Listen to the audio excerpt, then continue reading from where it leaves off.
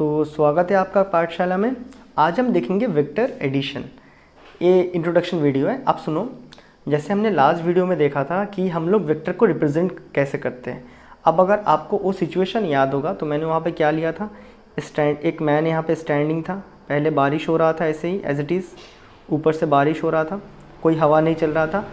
अचानक यहाँ पे हवा चलने शुरू हो जाए, अचानक यहाँ पे क्या हो जाए, हवा चलने शुरू हो जाए, तो आपका रेन कैसा होगा, आपका रेन का डायरेक्शन कुछ ऐसा हो जाएगा और रेन का वेलोसिटी भी थोड़ा बहुत चेंज हो जाएगा। आया समझ में? रेन का वेलोसिटी भी थोड़ा बहुत चेंज होगा, बढ़ जाएगा नहीं हो वेलोसिटी।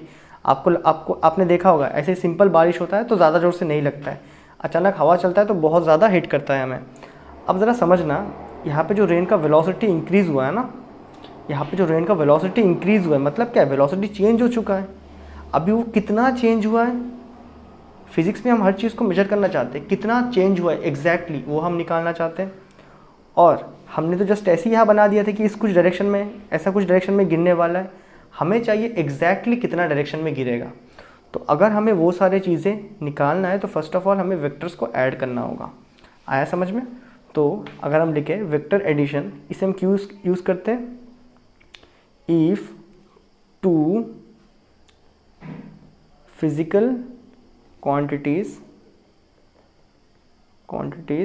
of same class,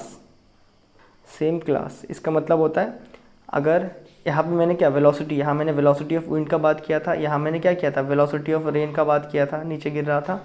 तो सेम क्लास, ऐसा नहीं कि आप मास के साथ टाइम जोड़ रहे हो। अगर मैंने बोलूँ add 5 kg with 2 seconds, add कर पाओगे? नहीं कर पाओगे ना। जैसे 5x + 2y, उसको कहाँ ऐड करते हो, उसको तो ऐसे ही लिख देते हो ना।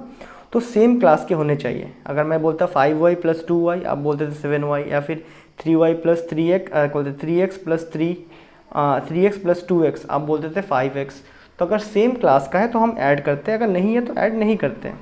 उसी तरह if two physical quantities of same class are acting on a body, two है, मैंने ऐसे ही लिखवाया यहाँ पे, मैंने मतलब मैं 2 से ही करवाऊंगा, 2 से ज़्यादा भी हो सकता है बट सेम क्लास के लग रहा है उसके ऊपर, क्योंकि 2 डायमेंशनल है इसलिए मैंने 2 लिखवाया। ठीक है।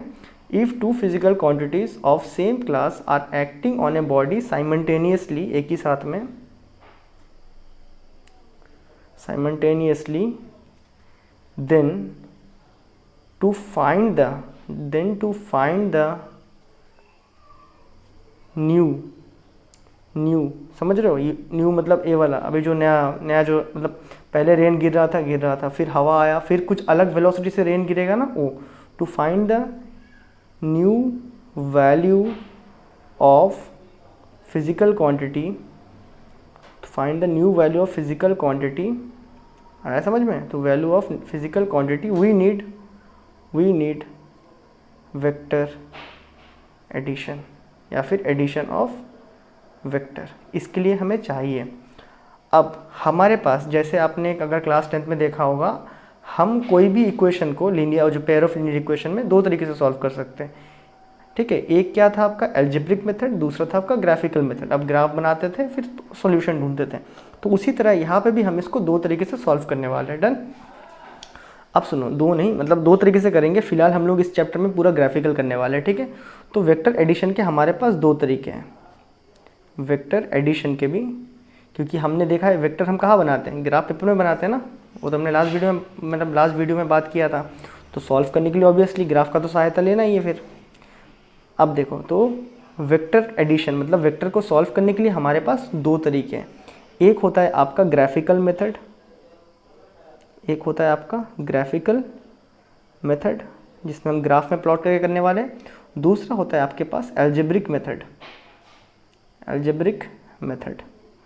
अब देखो, ग्राफिकल मेथड में आपके पास क्या है, very important.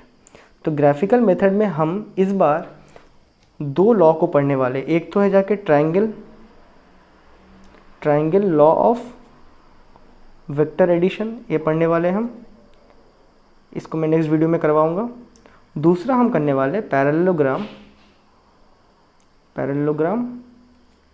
Law of vector addition. Then तो ये होता है आपके पास ग्राफिकल मेथड में। एक होता है triangle law of vector addition जिसमें ट्रायंगल बनाने वाले होंगे, और दूसरा होता है पैरेललोग्राम जिसमें हम पैरेललोग्राम बनाएंगे। तो ये दो तरीके हमारे पास ग्राफिकल मेथड में। और जो एल्जेब्रिक मेथड में हमारे पास टेक्निक है वो है डिटर्मिनेंट्स। वो है हमारे पास डिटर्मिनेंट्स। ये जो डिटर्मिनेंट्स है इसको आप मतलब एकदम एडवांस में स्टडी करने वाले हो क्लास 12th में। ये आपका एज ए सब्जेक्ट आने वाला है, सब्जेक्ट नहीं एज ए चैप्टर आने वाला है क्लास 12th मैथ में। डन। ये होता है डिटर्मिनेंट्स, आप स्टडी करने वाले हो वहाँ पे। और इसके अंदर हमें दो चीज़ें पढ़ना है, एक है डॉट प्रोडक्ट और एक आप पढ़ोगे क्रॉस प्रोडक्ट। डन। ये होता है इसका क्या, वेक्टर एडिशन का टेक्निक, किसमें, एल्जेब्रिक मेथड में। और मैं अगर बात करूँ क्लास 11th में ही डॉट प्रोडक्ट आपको दिख जाएगा वर्क एनर्जी पावर में, work energy and power chapter आपका, इसमें आप डॉट प्रोडक्ट को यूज़ करोगे। और आप क्रॉस प्रोडक्ट को यूज़ करने वाले हो रोटेशनल मोशन में। और आप इसको एकदम एडवांस में स्टडी करोगे क्लास 12th में, जब आपका टीचर आपको नहीं बताएगा कि ये किस काम में यूज़ होता है। तो आज मैंने बता दिया कि वेक्टर को ऐड करने के लिए हम एल्जेब्रिक मेथड में डिटर्मिनेंट्स का यूज़ करते हैं, किस किस में, डॉट और क्रॉस प्रोडक्ट में। तो यहाँ तक हमें बात समझ आया। तो ये है आपका वेक्टर एडिशन का टेक्निक। क्यों करते वो सारे हम नेक्स्ट वीडियो, मतलब कैसे करते हैं वो हम देखने वाले हैं। ये तो किस तरीके से करते हैं उसका ओवरव्यू हो गया। अब नेक्स्ट वीडियो में हम देखेंगे कि इसका प्रोसेस क्या है। तो फर्स्ट हम करने वाले triangle law of vector addition. तो मैं मिलता हूँ आपसे अगले वीडियो में, तब तक के लिए गुड बाय।